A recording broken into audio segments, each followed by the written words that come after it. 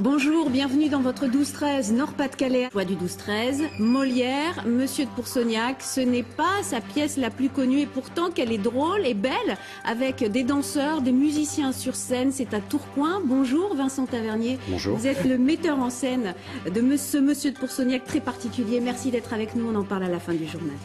C'est maintenant l'heure du choix du 12-13 ce midi. Le mariage de la danse, du théâtre et de la musique. L'atelier lyrique invite la compagnie des Malins Plaisirs de Montreuil et propose Monsieur de Pourceaugnac de Molière et Lully jouer avec orchestre de chambre et danseurs sur scène. C'est à Tourcoing, au théâtre municipal jusqu'au 12 février. Avec nous pour en parler, Vincent Tavernier, le metteur en scène de ce Monsieur de Pourceaugnac. Bonjour, merci d'être avec nous. Alors on va en parler, mais d'abord on regarde un extrait tourné en répétition hier.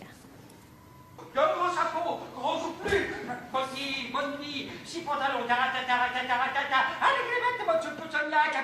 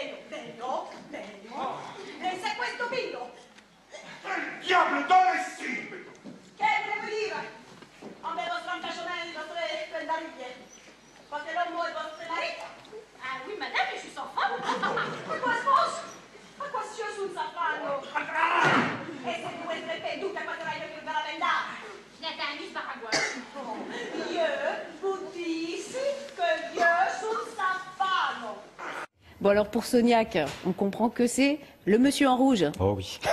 Une grosse tache. La grosse fraise au milieu, c'est Monsieur de Pourceaugnac. Bon alors Molière est pas tendre avec ce pauvre provincial, il est amoureux d'une jeune fille.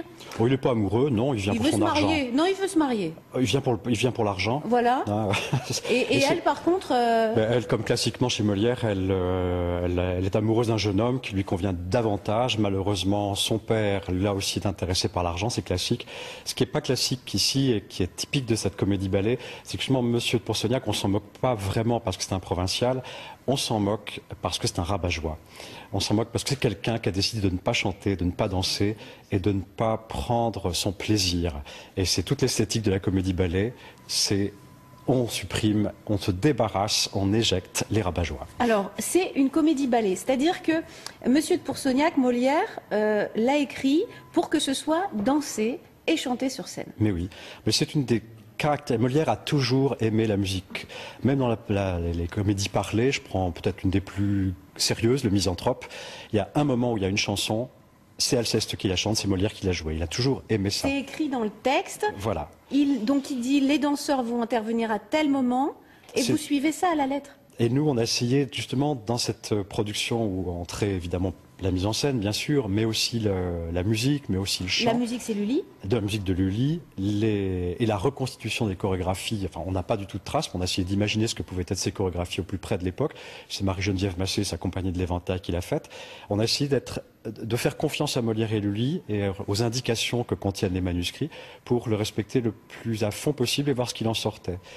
Effectivement, ce sont que des bonnes surprises. Alors, vous donnez ce Monsieur de Pourceaugnac à Tourcoing jusqu'au 12 février, et puis après, vous enchaînez au Touquet.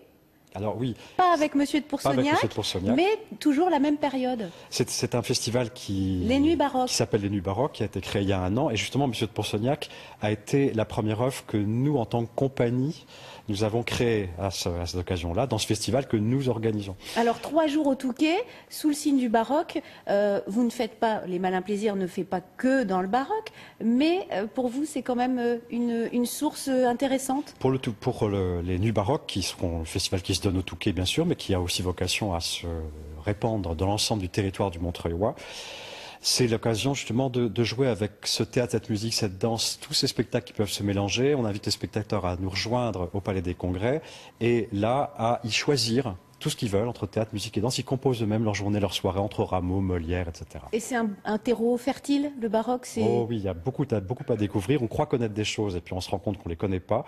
Il y a tout un répertoire qui n'existe, enfin qui n'est pas pas, forcément vieux François. qui n'est pas particulièrement vieux François, oui, voilà. Non, il y a du, on peut le dire comme on le veut, en texte en français contemporain, mais on entendra au nu baroque tantôt des textes en vieux François, tantôt des textes en français moderne, et puis de la musique tout simplement ou de la danse. Merci, c'est du 17 au 20. Merci beaucoup, Monsieur Tavernier, Vincent Tavernier, d'être venu nous parler de Monsieur de Pourceaugnac.